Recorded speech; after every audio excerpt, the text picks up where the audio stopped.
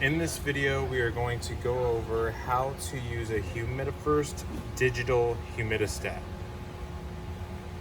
As you can see, this humidistat is set into the off position. I'm going to turn the humidistat on by pressing the power button. When you first get your Humidifirst Digital Humidistat, it will be set to the lowest setting. The bottom number is your set point, and the top number is the actual humidity in space. So if I want to get the humidifier to turn on, I will need to adjust my set point by using the arrow keys. By putting my set point above this current set point in space, I can get the unit to turn on.